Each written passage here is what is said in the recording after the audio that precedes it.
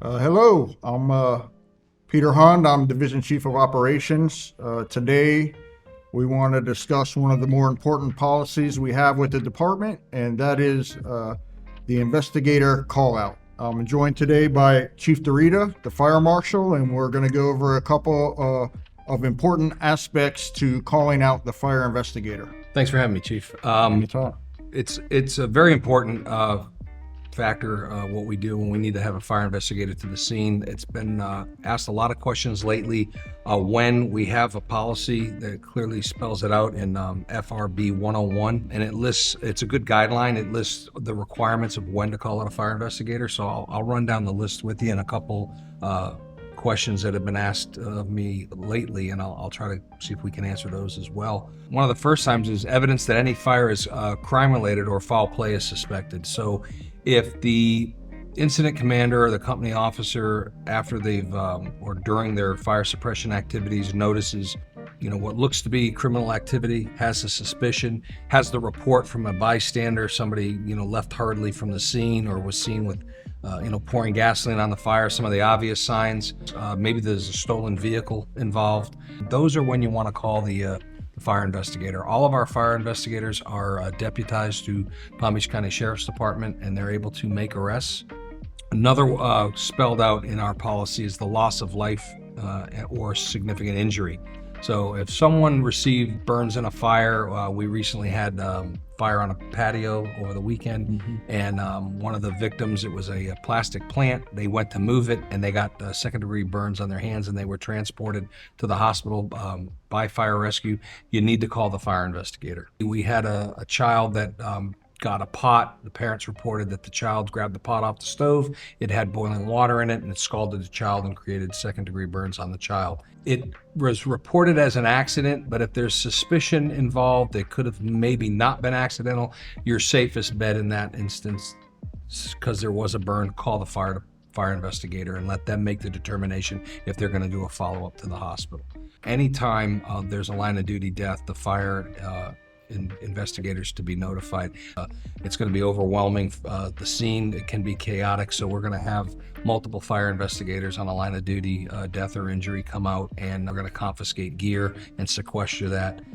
We're going to take pictures, we're going to document, we're going to assist in the determination and the cause. We're going to work with our health and safety people that are coming from other divisions and trying to get a handle on that scene, but definitely that's a call for the investigator. There's accidental fires. If there's substantial monetary loss or structural damage, a lot of question comes, how do we determine the percentage of the structure? The best rule of thumb for this, and we're not, if it ended up only being 18%, nobody's going to get in trouble for calling the fire investigator because they were a couple percentage points off in size. But the best way is square off the structure as best as you can, and divide that into fours, and that gives you a better determination. That'll get you your 25% marks. We also have any crime-related or foul play suspected in the incident requires a fire investigator response regardless of the dollar value. So if there was a fire that you had and it only had maybe $10,000 in damage to the kitchen, but you suspected that it was arson, you have to call the fire investigator. Juvenile-related incidents. Anytime any fire or explosion incident where a person under the age of 18 has a direct involvement in the ignition shall require a fire investigator. But it involved that juvenile having a direct action to the start of that fire investigator needs to be called. Explosive devices or an explosion. Anytime that also circumvents the $70,000 amount or the 20%. If there's a fire involving an explosion or an explosive device is found, the fire investigator needs to be called. Then there's the catch-all category, which makes it real easy for somebody. All other circumstances.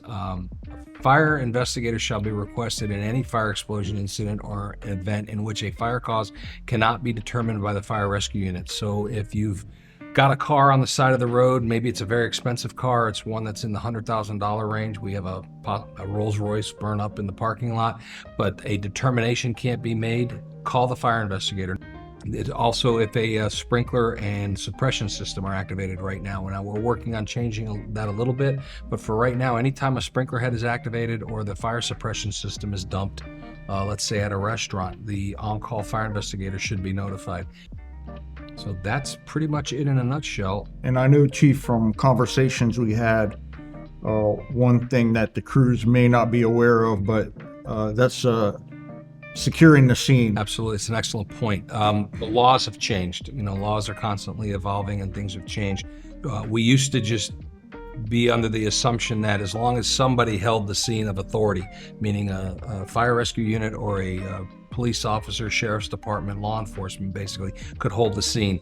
That's been basically overturned in court, and what the court is saying and what we are requiring operations to do is when the investigator is notified and they say that they notify the company officer that they're coming out to the scene, fire rescue must remain on scene until they are face to face with the fire investigator, and then they turn the scene over officially to the investigator.